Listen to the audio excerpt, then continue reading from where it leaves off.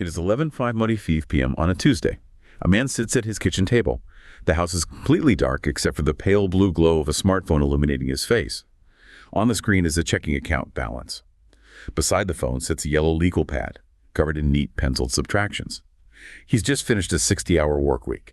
He took the extra shifts. He packed his lunches. He canceled the streaming service. He followed the exact recipe he was handed as a child. Work hard, keep your head down, and the ground will hold you. He looks at the bottom line. He subtracts the rent due on the 1st. He subtracts the auto insurance that just crept up another 12%. He estimates a grocery run for Thursday. And then he does something interesting. He doesn't throw the phone. He doesn't slam his fist against the wood. He simply takes a slow, shallow breath, locks the screen, and sets an alarm for 5:30 a.m. Watch that gesture closely. There's no outrage in it. There's only a quiet, heavy obedience. In his mind, the trial has already been held, and the verdict is settled. He hasn't concluded that the cost of shelter is distorted. He hasn't decided the system is failing. He has looked at an equation that no longer resolves, and he has quietly decided. The deficit is me. I'm simply not generating enough value to justify my own safety. We talk about this scene endlessly in the language of economics. We debate inflation metrics, housing starts, and interest rates. But the man at the table is not experiencing an economic event. He is experiencing a biological one. His nervous system has been placed in a state of permanent low-grade siege. He is living through what happens when stability ceases to be a place you arrive at and becomes a monthly subscription you have to re-earn. When the ground beneath your feet demands rent just to stay solid, the fatigue stops living in the muscles. It moves into the marrow. And it forces a silent, terrifying question that millions of people are currently trying to sleep through. That silent, heavy obedience, sitting right there at the kitchen table, that is the exact center of the modern condition. Yeah. The overarching reality defining this moment, it's a profound, completely unavoidable convergence. It's economic precarity, biological burnout, and, cultural conditioning all hitting at once. It's all tangled together. Yeah. What presents itself on the surface as just a simple cost of living crisis is, upon deeper examination, a crisis of meaning. Wow, a crisis of meaning. When stability transforms from a destination that you can eventually reach into this relentlessly recurring fee, the sheer friction of daily survival begins to fundamentally alter human biology. And societal structure, too. So to really understand the mechanics of this, how it actually feels for you, the listener, it helps to step away from the abstract macroeconomic data. Let's look at a hyper-realistic scenario. Consider a guy named Mark. Now, Mark's grandfather bought a 3-bedroom ranch in suburban Ohio on a single tire factory wage. Which was the standard deal back then. That was the old deal. Today, Mark holds a master's degree in supply chain management.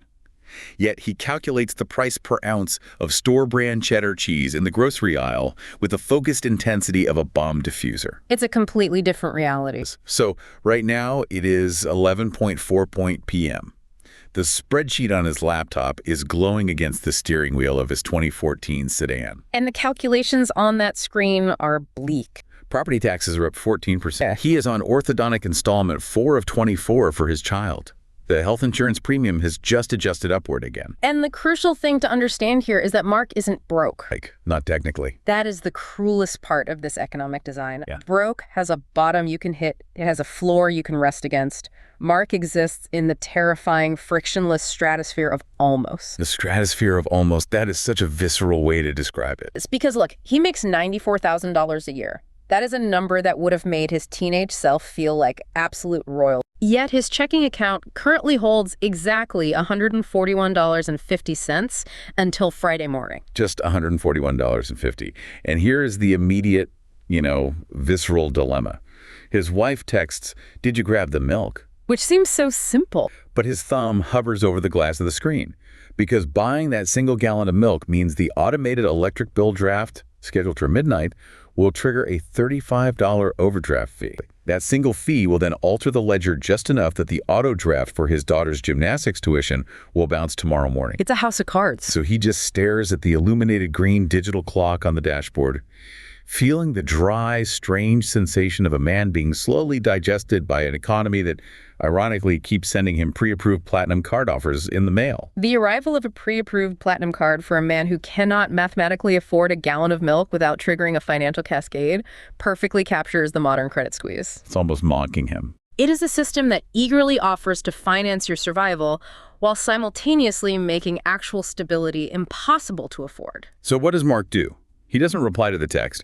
Instead, he turns the ignition off to save the quarter cup of gasoline required to run the car's heater.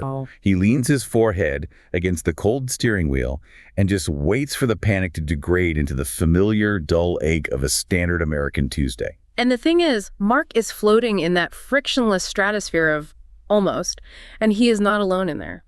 But let's look at the numbers, because earning $94,000 technically places Mark firmly in the middle class, doesn't it? Strictly speaking, yes. The data reveals a staggering statistical disconnect regarding what it actually means to be middle class today.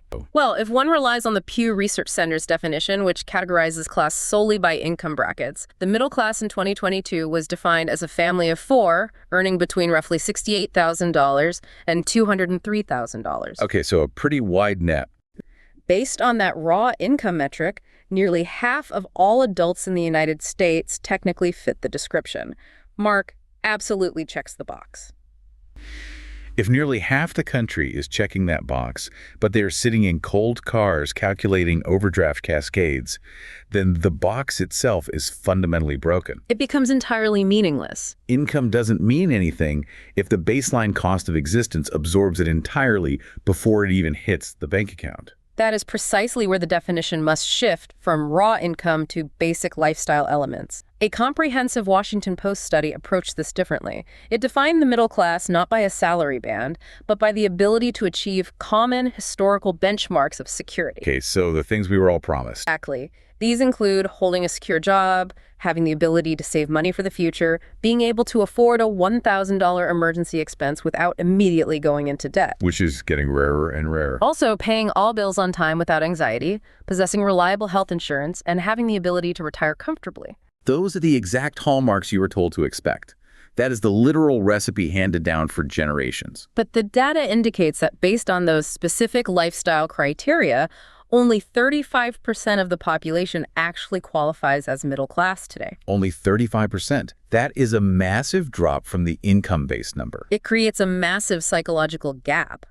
Polling shows that 54% of Americans still fiercely identify as middle class. Right, because of the cultural identity tied to it. But robust research from organizations like the Financial Health Network echoes those lower findings, concluding that only about 1/3 of Americans are considered genuinely financially healthy. Meaning what, exactly? Meaning they have the resilience to spend, save, borrow, and plan in ways that allow them to withstand inevitable financial shocks. Think about what that psychological gap actually feels like for you, the listener.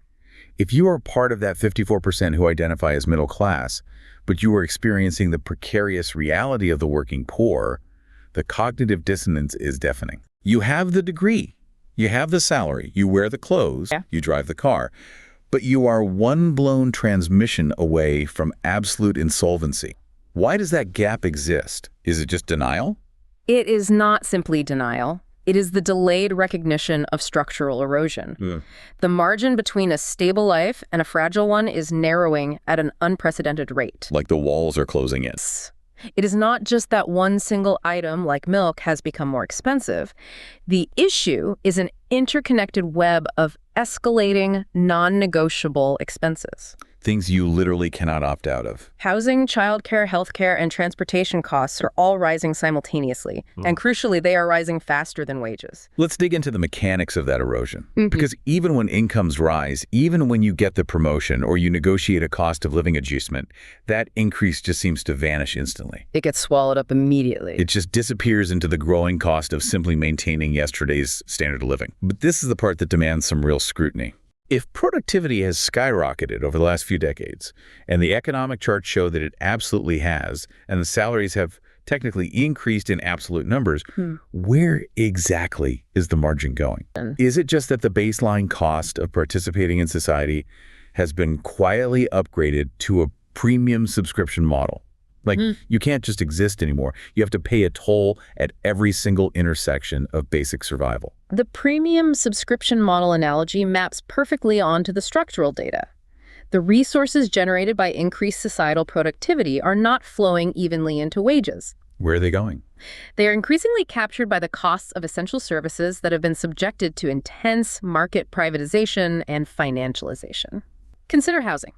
It is no longer simply a place for shelter. It is a global asset class, treated and optimized for maximum yield by institutional investors. It's a line item on a hedge fund's portfolio. And this optimization extracts the maximum possible rent from the occupant. The same financialization applies to healthcare and childcare, Which are completely non-negotiable human needs. meaning the citizen cannot simply opt out when the price becomes unreasonable. You cannot opt out of needing a roof or keeping your child safe while you work. So you just absorb the cost. You stretch the budget until it snaps. And the crucial finding here is that these escalating costs can no longer be solved simply by an individual choosing to work more hours. Because the math is just broken. The math is completely decoupled from human effort. When the mathematical equation of the middle class fails structurally, the deficit does not just vanish into the ether. It is absorbed by the human nervous system. The economic thread inevitably and quite violently becomes a biological one. Which means the anxiety Mark feels in that cold car isn't just a bad mood. It is a physiological event. It is a biological siege. When the math doesn't work, the body literally takes the hit. To really grasp the mechanics of this biological siege, let's look at another scenario from the sources. Think about a woman named Chloe. It is 3:17 a.m. in Seattle. A massive cortisol hit suddenly strikes Chloe's bloodstream like a quiet, well-rehearsed assassination. Cortisol, the stress hormone. Now, there is no physical predator in her apartment. The doors are locked. There is only the soft, rhythmic hum of a Dyson air purifier. And probably a screen somewhere. Exactly. The blue pulsing indicator of a Slack notification on her laptop across the room that she had forgotten to mute. But her resting heart rate jumps from 61 to 94 in the span of 3 breaths. What is occurring in Chloe's body is a deeply ancient biological response. It's designed to evade a physical, mortal threat, but it's being triggered entirely by a digital indicator of pending labor. And the physical toll of that misplaced survival response is immense. This is the 3rd consecutive year Chloe's nervous system has fundamentally rejected the concept of deep REM sleep. 3 years without proper recovery. Her jaw is locked so tightly during the night that her dental hygienist recently noted she is grinding her teeth with the bite force of a mastiff. Oh, that kind of tension is unsustainable. She genuinely wants to weep, to just release the pressure, but her tear ducts feel calcified.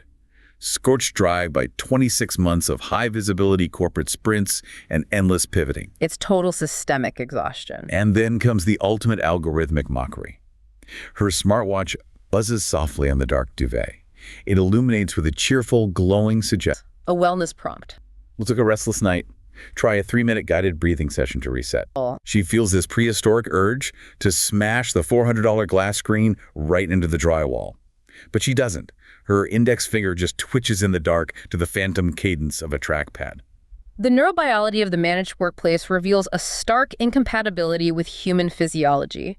The human biological apparatus is simply not built to sustain a state of permanent, low-grade emergency. We just aren't wired for it. Evolutionarily speaking, the nervous system can endure immense hardship, trauma, and acute stress, provided that the stress is followed by a distinct period of recovery. Right. The lion chases you, you escape, and then you rest. The parasympathetic nervous system, the mechanism responsible for resting and digesting, requires a signal of absolute safety to initiate cellular repair.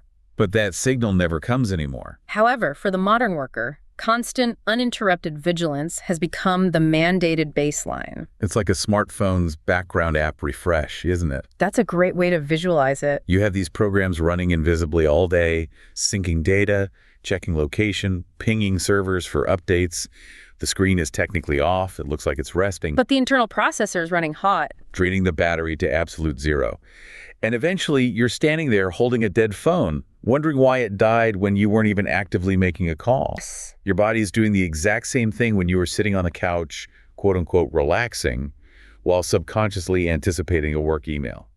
Exhaustion is no longer an isolated event you recover from. Exhaustion has become the climate you live in. That background drain is a defining characteristic of what is termed the managed workplace. The managed workplace. It's a concept heavily analyzed in sociological examinations of modern labor, such as those looking at university systems and corporate structures alike. What defines it? This model is a direct product of workplace neoliberalism. It relies on techniques such as relentless privatization, the outsourcing of core functions, de-skilling the workforce to make labor cheaper and more replaceable. And a lot of deregulation, presumably. And broad deregulation. But its most potent weapon is the doctrine of constant austerity. Right, the endless, dreaded mandate of doing more with less. It's always framed as efficiency, but it's really just extraction. It is the operationalization of extraction. Workers are increasingly subjected to frameworks like responsibility-centered management, or RCM. How does RCM work in practice? Under this framework, it is no longer enough to simply do the job you were hired for. Every single action, every department unit, and every individual employee must constantly generate measurable, quantifiable value. So you're constantly on trial. You must endlessly prove your worth to justify your continued existence on the payroll. This relentless pressure to quantify value creates an entirely new, massive category of labor. And this is where we have to look closely at the taxonomy of invisible labor. Think about your own week listening to this. It's not just the work you were ostensibly hired to do, the coding, the teaching, the designing, the nursing. No, it's all the extra. It's the mountain of work required to prove to someone else that you are working. Sociologists have categorized this phenomenon as meta labor. Meta labor. It is defined quite simply as work for and about work. It is the invisible, largely uncompensated effort required to validate one's actual labor so that it can be recognized by management algorithms or administrative oversight. Let's break down the mechanics of meta labor. What does it actually look like in practice for someone like Chloe? It takes many forms. It's spending 3 hours on a Friday afternoon dragging and dropping data into a color-coded spreadsheet that a middle manager will glance at for 4 seconds. Exactly. It's writing elaborate self-evaluations to justify why you deserve a cost of living raise that still won't even beat inflation. Or navigating Byzantine bureaucratic software just to get approval to buy a $20 software license so you can do your actual job. It's madness. Meta labor acts as a massive friction coefficient on everyday disciplinary labor. It drains the worker's finite cognitive capacity to actually perform their core duties. It's literally taking energy away from the real work. It adds an administrative layer of stress that operates constantly in the background. The worker is exhausted not just from the job, but from the exhausting performance of proving the job is being done. But the biological siege does not stop at administrative meta labor, does it? No, it doesn't. There is also the profound, invisible weight of emotional labor. Emotional labor is a term that gets thrown around a lot on the internet, usually incorrectly, just to mean doing something nice for someone. Right, the colloquial use has drifted. But the actual sociological definition is much more specific and honestly much more draining. Fundamentally, emotional labor is the exertion required to manage one's own feelings and expressions to fulfill the explicit emotional requirements of a job. So forcing a state of being. It involves the suppression of personal distress or exhaustion in order to project relentless professionalism, enthusiasm, or calm. It is the act of absorbing the anxieties, demands, and frustrations of clients, students, or customers and metabolizing that negative energy so the institution does not have to. Yes, metabolizing it internally. It's the retail worker smiling while being screamed at over return policy. It's the nurse remaining endlessly compassionate while severely understaffed. And it is a performance that requires immense physiological energy to sustain. But there's another layer here, and it demands some real attention. The data shows this biological burden is not distributed equally. For marginalized identities, specifically BIPOC workers, there is an entirely separate tariff levied on the nervous system. The research details a heavily documented phenomenon known as the emotional tax. The emotional tax. This tax is levied specifically on workers of color. It is defined as the combination of feeling fundamentally different from peers at work due to gender, race, or ethnicity, and the associated detrimental effects on overall health and well-being. How does that manifest day to day? It is the constant hum-level hypervigilance required when one fears being stereotyped, anticipates unfair treatment, or regularly experiences microaggressions. So we're talking about the biological cost of anticipating prejudice, just the anticipation alone. This tax effectively doubles the biological burden. Consider the allostatic load, the wear and tear on the body from chronic stress. The nervous system of a marginalized worker is not only managing the baseline stress of the actual job, it is not only managing the absurd meta labor required to prove the job's worth to management. It's dealing with the environment itself. It is simultaneously and continuously managing the systemic, racialized friction of the workplace environment. Which means the brain is constantly scanning for threats. And when the brain scans for threats, the parasympathetic nervous system is entirely suppressed. Recovery becomes biologically impossible. So let's look at the board so far. You have an economic system that is structurally squeezing the middle class into a frictionless stratosphere of almost ruin. You have a workplace culture that is biologically devastating the workforce with permanent vigilance, meta labor, and emotional taxes. It's a heavy combination. Which leads to an incredibly obvious, glaring question. If the system is mathematically breaking the bank accounts and physically breaking the biology of the workforce, why is there no mass revolt? Why are people throwing their phones against the wall? Why is everyone just setting their alarms for 5:30 a.m. and twitching their fingers on phantom trackpads in the dark? The answer, provided by the historical and sociological data, points directly to the incredible power of cultural conditioning. Cultural conditioning. Society has been meticulously, historically trained over centuries to feel guilt instead of anger. When the system fails, the individual is programmed to audit themselves. To really understand how deep this programming goes, we need to look at David. Let's paint the picture of what this guilt actually feels like in the body. Okay, let's look at David. It is 2:90 p.m. on a Thursday. David is committing what feels to his nervous system like a profound crime against his own survival. What is he doing? He is sitting on his living room rug, watching a square of sunlight drift slowly across the hardwood floor, and doing absolutely nothing. Just existing. Just existing. He is on a paid time off day. This is a day he legitimately earned. He accrued it by logging 1,900 corporate hours over the last year. Yet the internal biological response to this legally earned rest is not relaxation. The parasympathetic nervous system does not engage. The silence in his apartment feels incredibly loud. It actually feels like a grand jury convening to indict him. Ow. His brain literally registers the stillness, the lack of input and output, and the critical system failure. He feels guilt sitting behind his sternum like low-grade radiation sickness. And so he seeks out input to make the feeling stop. To appease this internal audit, to prove to himself that he is still part of the machine, he unlocks his phone.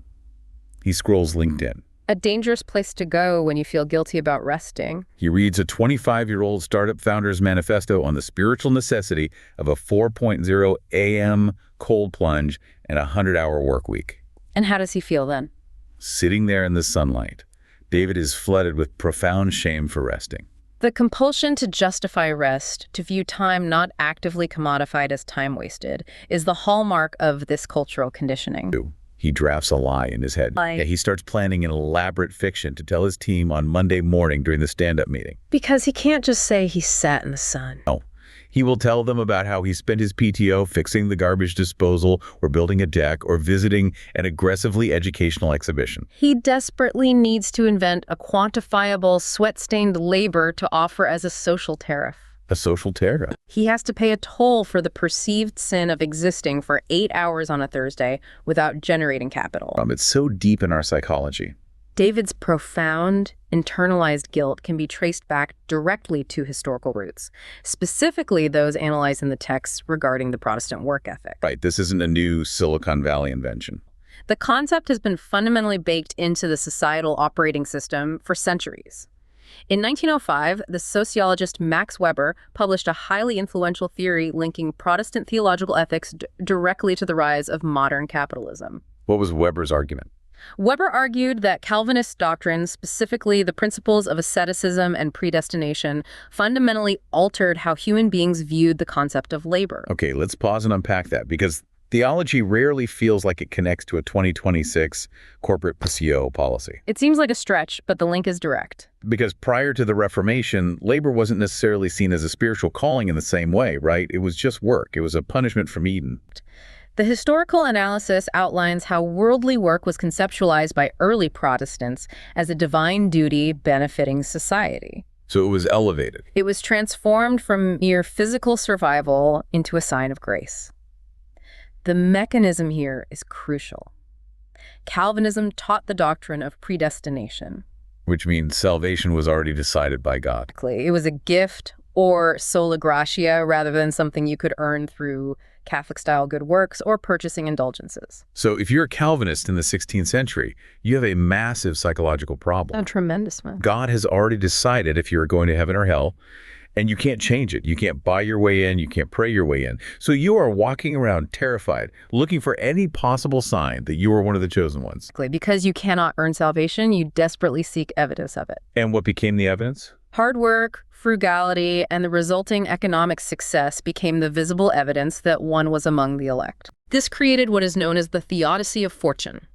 It is the theological belief that good fortune, specifically wealth derived from relentless hard work, is a vindication of God in this life. So it provides a moral and theological justification for the possession of immense wealth, whilst simultaneously and devastatingly framing poverty, rest, or lack of productivity as a moral failing, a sign of laziness, or a glaring indicator of divine disfavor. And this philosophy didn't just stay in European churches. It was exported.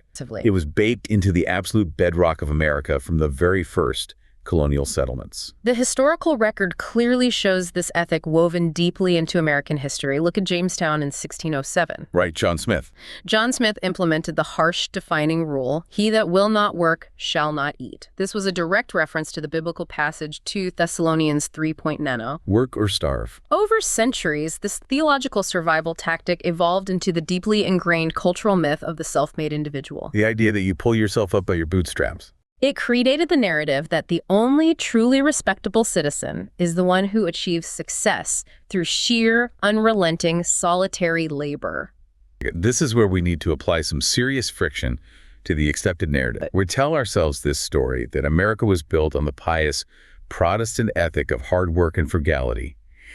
But is this historical narrative actually mathematically and sociologically accurate? It is highly debated. Or is it just a highly convenient, beautifully packaged story that society tells itself to justify the endless extraction of labor from the working class? The empirical pushback against Weber's thesis is substantial, and the historical counter-evidence dismantles the idea that Protestantism single-handedly invented the capitalist work ethic. What's the counter-evidence? For instance, the Austrian political economist Joseph Schumpeter argued forcefully that the mechanisms of capitalism, banking, accounting, complex trade networks, actually began in Catholic Italy in the 14th century. Wow, centuries before the Reformation even occurred. Exactly, so the timeline doesn't even match up. Capitalism was already running before Calvinism provided the theological cover story. Furthermore, doesn't robust historical data illustrate that capitalist infrastructure correlates heavily with pre-1300 AD Catholic Cistercian monasteries? Yes. The geographical density of those specific monasteries strongly predicts later economic development in those regions, predating Protestantism entirely. So they were effectively early corporate structures operating under a religious banner. And what happens if we look at modern data? If the Protestant work ethic is a real, lasting phenomenon, then Protestant heritage countries today should logically be the hardest working, most economically anxious populations, right? One would assume so. Surprisingly, the data says otherwise. A comprehensive 2013 study analyzing labor data across 44 European countries demonstrated that Protestant heritage is actually the least correlated with a strong work ethic today. The least correlated. Yes, when compared to Orthodox, Muslim, or Catholic heritages. The empirical data simply does not support the lingering myth that a specific theology permanently hardwired a superior work ethic. There's also a glaring, profound moral critique of the origin of American capitalism that completely bypasses the theological debate. And it's a vital critique. It points out the elephant in the room regarding who was actually doing the labor. The civil rights leader, Martin Luther King Jr., offered a powerful systemic critique of this myth. He stated clearly that the belief that American capitalism grew primarily out of a noble Protestant ethic of hard work is a delusion. Because it ignores the reality of enslavement. The historical, undeniable fact is that American capitalism was built largely on the brutal systemic exploitation of Black enslaved people and the extreme poor. It wasn't just farmers working hard. The immense wealth generation of early America was built on extracted, unpaid, forced labor, not merely a theological ethic of diligence and frugality. The capital was generated by violence, not just virtue. So, if the historical foundation is mathematically shaky, and the moral foundation is built on exploitation, Why does the guilt feel so incredibly real for David sitting on his rug today? Because the structure remained even as the context shifted. If the religious scaffolding has fallen away, what has this Protestant ethic mutated into in the 21st century? It has secularized. The theological threats of heaven and hell have vanished, but they left behind the punitive psychological structure of hustle culture and workism. Workism. It's almost a religion of its own. It is a modern secular religion where immense value is placed on bodies and minds based entirely on societally constructed ideas of excellence that are tied strictly to economic production. So your salvation is no longer divine, it is corporate. This connects directly to the concept of ableism, doesn't it? And we need to define ableism carefully here because it's much broader than how it's traditionally used. It is deeply connected. Drawing from the work of disability advocate Talila A. Lewis, the analysis explains that constructed ideas of normalcy, intelligence, and excellence are inextricably rooted in capitalism. So ableism isn't just about physical disability or lack of accommodation. Oh, it is a pervasive, systemic oppression that determines a human's baseline worth based on their ability to satisfactorily produce, excel, and behave within a capitalist framework. So under this framework, a person is only as valuable as their utility to the market. When a person's intrinsic worth is inextricably linked to their utility and output, existing without producing becomes psychologically intolerable. Which explains David's panic on his rug. When David tries to enjoy a simple Thursday afternoon when he attempts to just exist as a biological organism in the sunlight, it feels like a violation of the very terms of his humanity, because he has internalized the idea that an unproductive human is a worthless human. You have the economic squeeze, mathematically eliminating the middle class. That's the first thread. You have the biological burnout of a nervous system trapped in permanent vigilance. And you have the cultural guilt complex, this secular religion of workism, keeping everyone in line and preventing them from questioning the rules. Them very tight knot. But history dictates that when existential fatigue reaches a critical mass, when millions of people realize they are running themselves ragged merely to remain in the exact same place, the response eventually has to shift. It shifts from demanding individuals be more resilient to demanding a systemic reevaluation. If the race requires you to sprint at maximum heart rate just to stand still, the race itself is poorly designed. This brings the analysis to the systemic response. And it is crucial to observe impartially how this shared, overwhelming economic and biological fatigue splinters society politically. It really fractures things. When the overarching system consistently fails to provide stability or meaning, the resulting ambient anger inevitably seeks a target. And the data shows a deep political fracture here.